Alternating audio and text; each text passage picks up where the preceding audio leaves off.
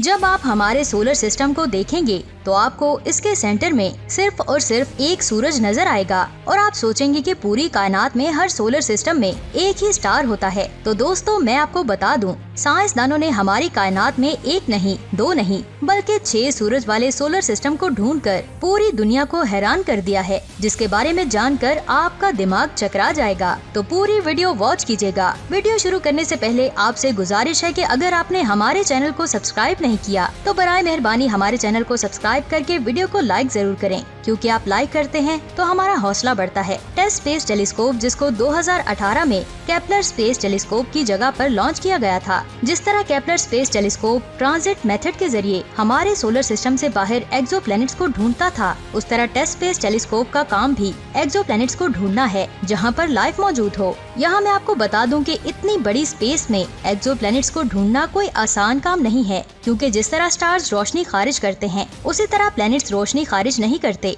लिहाजा इस वजह से उनको देखना मुश्किल होता है। इनको सिर्फ और सिर्फ ट्रांजिट मेथड के जरिए ही देखा जा सकता है। ट्रांजिट मेथड में जब कोई प्लैनेट अपने स्टार के सामने से गुजरता है तो स्टार की रोशनी को डिम करता है। इस डिम रोशनी को टेस्ट स्पेस टेलीस्कोप ट्रैक करता है, जिसके जरिए एक्सोप्लैनेट्स को ढूंढा जा सकता है। टेस्ट टेलीस्कोप को स्टार्स के छोटे छोटे डिफरेंसेस को नोट करने के लिए बनाया गया है। इस टेलीस्कोप ने ऐसे स्टार सिस्टम को तलाश किया जिसको देखकर साइंसदान हैरान रह गए। इस स्टार सिस्टम का नाम TIC 168789840 है और स्टार सिस्टम TIC 160789840 है या TYC 7037891 है, जो हमसे 1900 लाइट ईयर्स दूर एरिडीनस कॉन्स्टेलेशन में मौजूद है। यहाँ एक बात और बताती चलूं कि एरिडीनस कॉन्स्टेलेशन नाइट स्काई में सबसे बड़ी कॉन्स्टेलेशन है। इसको साउदर्न स्काई में स्टार की एक चेन की शक्ल में ओरियन के नीचे देखा जा सकता है, क्योंकि ये गैर मामूली तौर पर दूर तक फैली हुई है। इस कॉन्स्टेलेशन का नाम फेमस एंडलेस अंडरवर्ल्ड रिवर के नाम पर रखा गया है,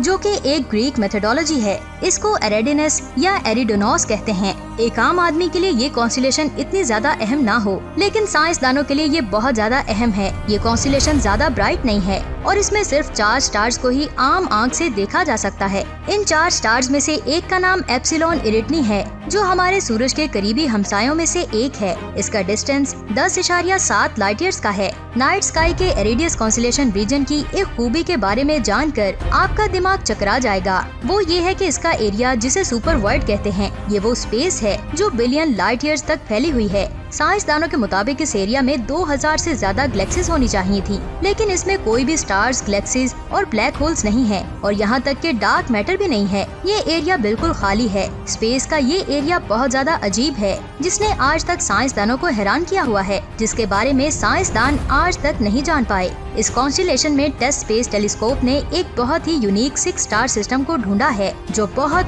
बड़ी डिस्कवरी है, जिसके बारे में मैं आज आपको बताने वाली हूँ। जब आप हमारे सोलर सिस्टम को देखेंगे तो आपको इसके सेंटर में सिर्फ और सिर्फ एक स्टार ही नजर आएगा और आप सोच रहे होंगे कि हमारी पूरी कायनात में हर सोलर सिस्टम में एक ही स्टार होगा, लेकिन यहाँ मैं आपको बता दूं कि ऐसा बिल्कुल नहीं है। इस मिल्की वे के तकरीबन 15% स्टार सिस्टम्स 2 स्टार्स पर मुश्तमिल हैं। बाज़ दफा ये पता नहीं चलता कि ये स्टार्स ट्विन्स हैं या कॉस्मिक इवेंट्स ने 2 अलग अलग स्टार्स को मिला दिया है और इन्होंने मिलकर एक न्यू बाइनरी सिस्टम बनाया है। ऐसा बहुत कम है कि हमें डबल स्टार, 3 स्टार्स, 4 स्टार्स या 5 स्टार सिस्टम देखने को मिले या 6 स्टार सिस्टम को हम देखें। इस तरह के किसी सिस्टम को ढूंढ लेना लॉटरी जीतने के बराबर है, जिसे 6 स्टार सिस्टम TIC 168789840 है, जिसे टेस्ट स्पेस टेलीस्कोप ने 1900 लाइट ईयर्स की दूरी से ही इस नायाब स्टार सिस्टम को डिस्कवर करके कमाल कर दिया। आपकी दिलचस्पी के लिए न सिर्फ 6 स्टार सिस्टम की मौजूदगी स्पेशल है, बल्कि इनका आपस में एक दूसरे के गिर्द घूमना ये भी दिलचस्पी से खाली नहीं है।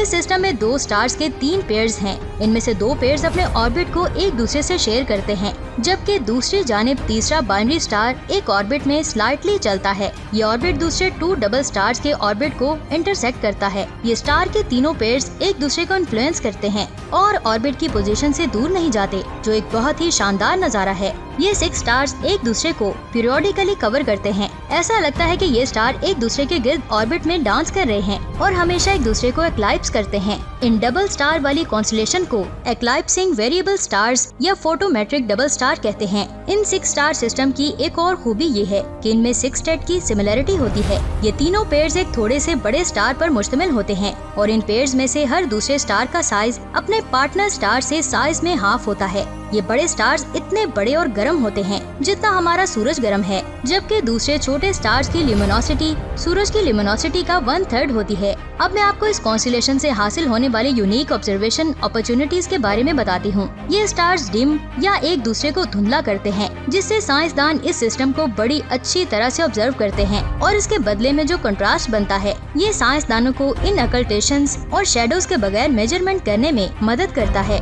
ये सिस्टम इतना ज्यादा चमकता है जब बहुत से मल्टीपल स्टार सिस्टम को कुछ फासले से देखा जाता है तो ये चमकते हुए एक स्टार ही लगता है। शुरू में इनके रेडिएटिव चेंजेस और 6 स्टार के डिस्टेंस को डिटेक्ट करना रिलायबल मैग्नीट्यूड मेजरमेंट पॉसिबल था, क्योंकि TIC 168789840 पहला 6 स्टार वाला सिस्टम नहीं है जिनको अब तक डिस्कवर किया गया है। लेकिन अब जिस सिस्टम की मैं बात करने लगी हूँ वो नासा के मुताबिक बहुत ज्यादा एक्साइटिंग है। इसका नाम कैस्टर 6 स्टार सिस्टम है जो जेमिनी कॉन्स्टेलेशन में मौजूद है, जिसमें कैस्टर और पोलॉक स्टार सिस्टम है। हजारों साल से जमीन पर लोग ये ख्याल करते रहे हैं कि कैस्टर जो हमसे 51 लाइट ईयर्स दूर है सिर्फ एक ही स्टार है। पिछली सदी के आखिर तक ये पता चला कि कैस्टर एक सिंगल स्टार नहीं है। जब अच्छे टेलीस्कोप का यूज किया गया तो साइंसदानों ने देखा कि ये 2 स्टार्स नहीं बल्कि 6 स्टार सिस्टम है और मल्टीपल स्टार सिस्टम में से एक है जिनको अब तक स्पेस में ढूंढा गया है। इस कैस्टर सिस्टम के 6 स्टार्स 3 बाइनरी स्टार्स के तौर पर एक दूसरे के गिर्द घूमते हैं और ये इलिप्टिकली एक दूसरे को ऑर्बिट करते हैं।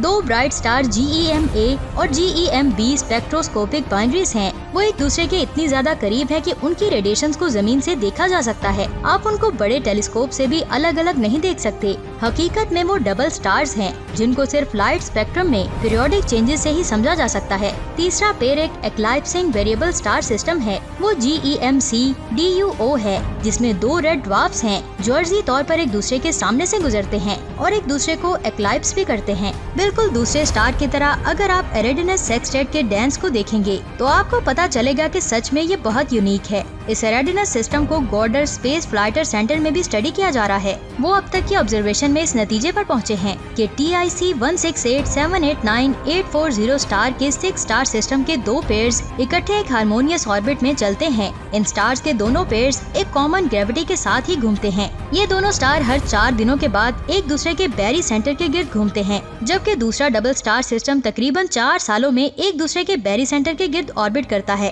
और तीसरा डबल स्टार सिस्टम एक बैरी ऑर्बिट में घूमता है। तीसरे बाउंड्री में दोनों पार्टनर्स भी 4 दिनों में एक दूसरे को ऑर्बिट करते हैं। क्वाड्रूपलेट के गिर्द तीसरे बाउंड्री के एक ऑर्बिट को 2000 साल लगते हैं। इसमें जो सबसे इंटरेस्टिंग सवाल है वो ये है कि क्या इस स्टार सिस्टम में प्लैनेट्स बनते हैं। लिहाजा साइंसदान अब तक इसमें कोई एक्सो प्लैनेट का वाजिया जवाब नहीं ढूंढ पाए। इमेजिन करें अगर किसी प्लैनेट के 6 सूरज हों जिनको वो ऑर्बिट करता हो तो ऐसी कंडीशन में उस प्लैनेट के लिए सरवाइव करना बहुत मुश्किल हो जाता है। ताहम नासा के साइंसदानों ने पता लगाया है कि स्टार A और स्टार C के गिर्द थिक मटेरियल डिस्क हैं और साइंसदानों के ख्याल में इस तरह की डिस्क वहाँ होती हैं जहाँ प्लैनेट्स बनते हैं। लेकिन अभी तक साइंसदानों को प्लैनेट्स और सोलर सिस्टम की फॉर्मेशन के प्रिंसिपल्स का सही से पता नहीं है, जिसकी बुनियाद पर साइंसदान कोई रिलायबल स्टेटमेंट नहीं दे सकते। ये बात जरूर सोचने वाली है कि बाइनरी स्टार कई मिलियन सालों से दूर हो रहे हैं और ये अपने ऑर्बिट में ही प्लैनेट्स बनाते हैं। हाल ही में कैस्टर सिस्टम के 2 रेड ड्वार्फ्स में भी इसी तरह की मूवमेंट्स को ऑब्जर्व किया गया है। हम इमेजिन करते हैं कि AGR TIC 168789846 के स्टार सिस्टम में प्लैनेट होते